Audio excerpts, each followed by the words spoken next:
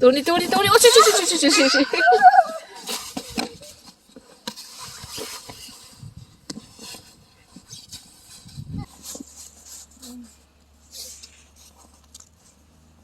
wow. Oh, I can't see because of the...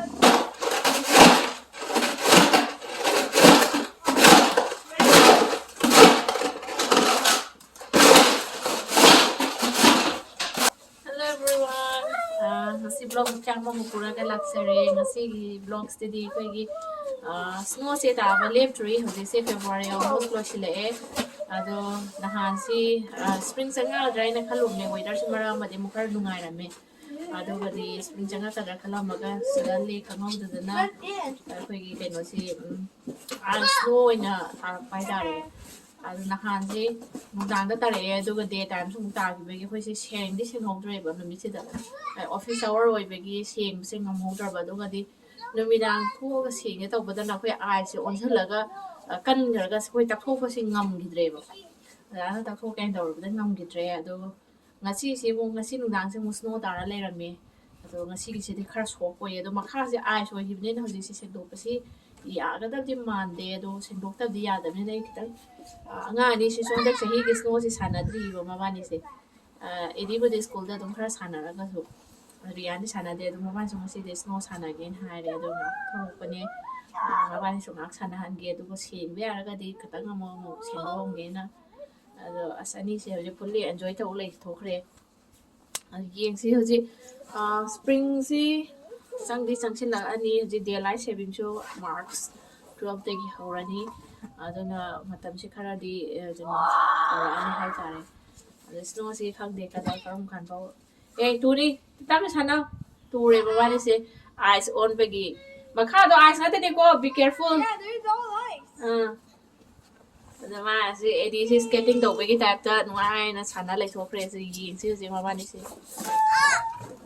oi nada nada bra Whoa! Whoa! ay daddy Let it go! Let it go! I get the snow! so makha eyes ngate ne do ne na li do Yeah. Oh! Yeah, no throwing that. No throwing ice. Let it go! Let it go! eyes ngate ne ko be careful I'll do it to you also.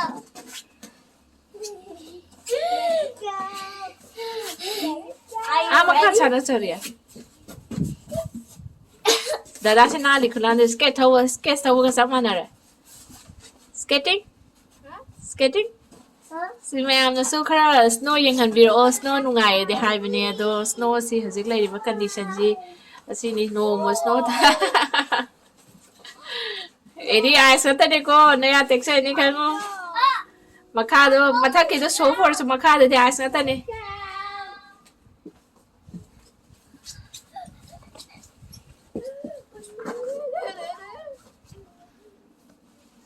si khoi thang na bai gi de driveway si di moi di na han se khudak ta tak ko seng gi da na moi di nung dang do seng a le ram be do na nunga la ice ki snow do le ram dre do na fa moi si de fa le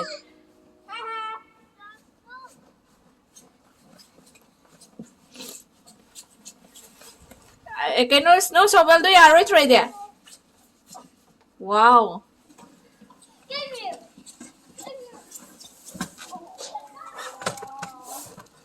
Ah! Bye bye. Bye bye.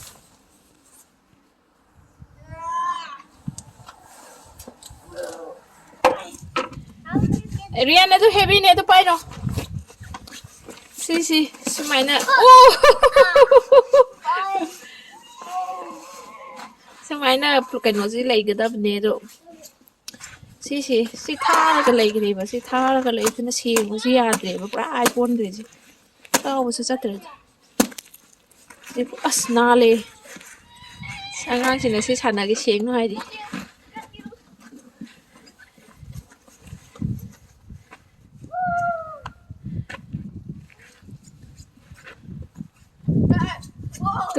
tu ni amna le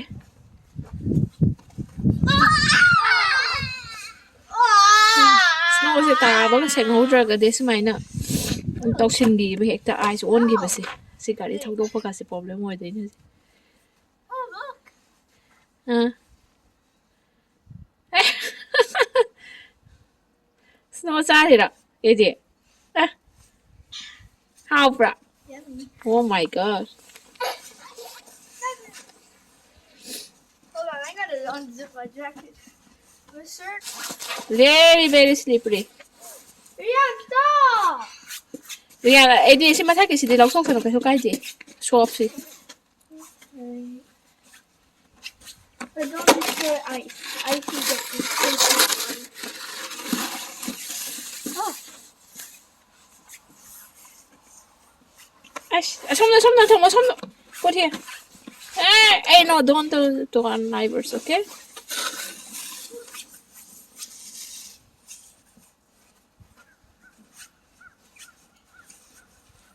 ash wow I just saw the neighbors. don't throw to neighbors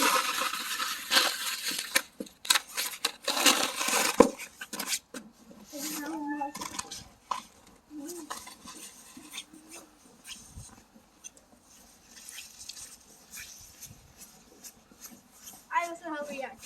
I go. no Rian slow chi Rian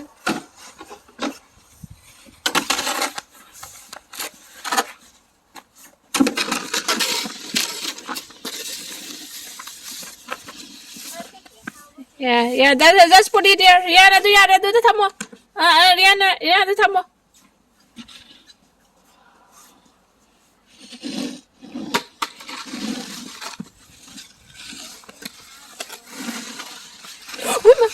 Snarl to me. Did you almost fall? Yeah, I almost. Snarl nè today. Anh guess away chana way di nungare. Oh my god. It's too much.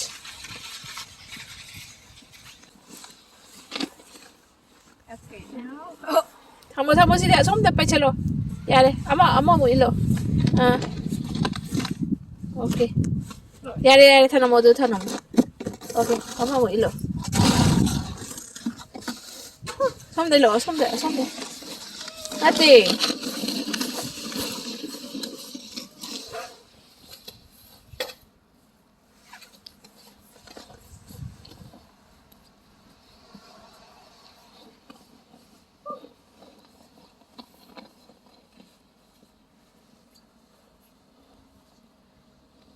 Yare adu tham.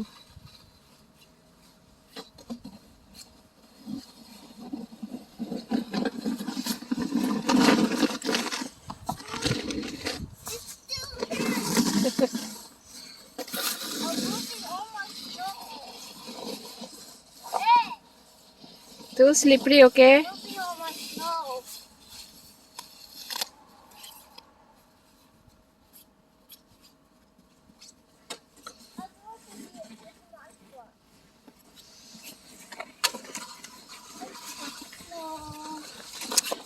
Snow matamdana snow senga leire summer dana napi ka e tawrise aduga napi ka pa inchang thaba summer dana winter sidana snow senga leire mapan thoktabida asini tawrise deki kaino lakpadana falls lakpa matamdana una singsi yam phajaba cut percent ai puthare si ice sky da falls lakpa matamdana una si yam phajaba koi color si machu onbagi the spring lakpadana mo magi asigi u kangliba mayan si noina mana chongkhalakpagi adugi phajaba ma sangakpagi da si upambi kangi si spring lakpada noina maton chongkhalaga mana phajana kaino torokpai da adugi matamda su yam phajai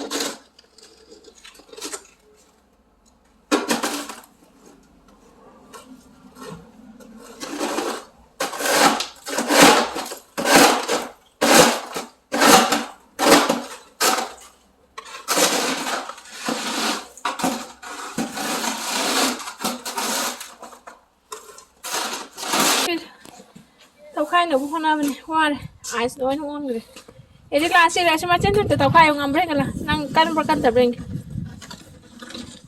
ꯁꯦꯁꯤ ice ꯊꯨꯗꯦꯛꯎ ꯕ꯭ꯔꯣꯛꯇꯣ ꯊꯧ ꯉꯝꯕ꯭ꯔꯦ ꯅꯪ ꯀꯟꯕ꯭ꯔꯥ ꯀꯟꯗꯕ꯭ꯔꯥ ice ꯑꯩ Oh my god. See? Right. There. Wait on me. Ingredient some thunder. Ay, naman kay suri ba? No. Same mo nga bra. Ako. Same edi nang namay din nga. Nagsangang din nga. Oh my god. What are you doing? Just sweat. Yan. Nang kaya ba? Ha? Nang kaya na? Tawa ka to yan. Tawa ka to. Do it again. Tara hayo again.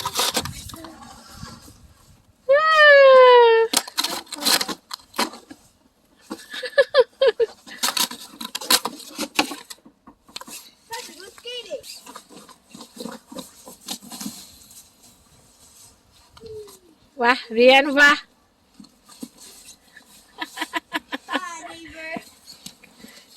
Kadar masih nawan ini.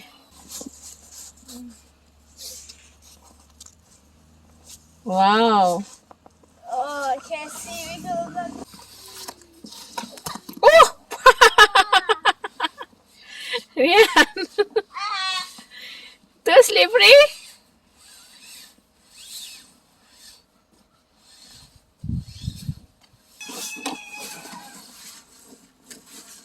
Rian kadar mas. Swimming tahu tidak? Yeah. Tahu rasa yang ke?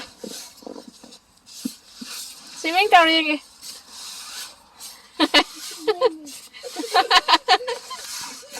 Here comes the shovel. Iya sih. Tuni. Oh, cuci.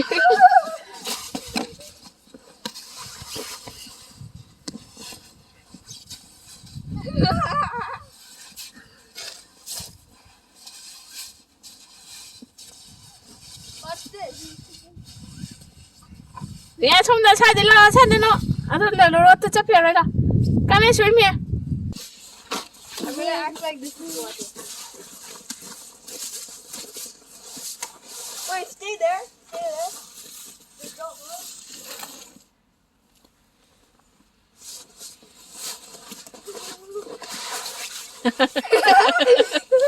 Oh, is this your eye? Yeah, take off your gloves. Take off your gloves. Ay, globe lo thôi dia rồi. No, like the eye. Kasi di flooring tau baka chama mana re. Sit balance chama mana kare ai sin na je. Net pa khor pam te sang gi re the but putha bane. So foi पर ai so flooring tau.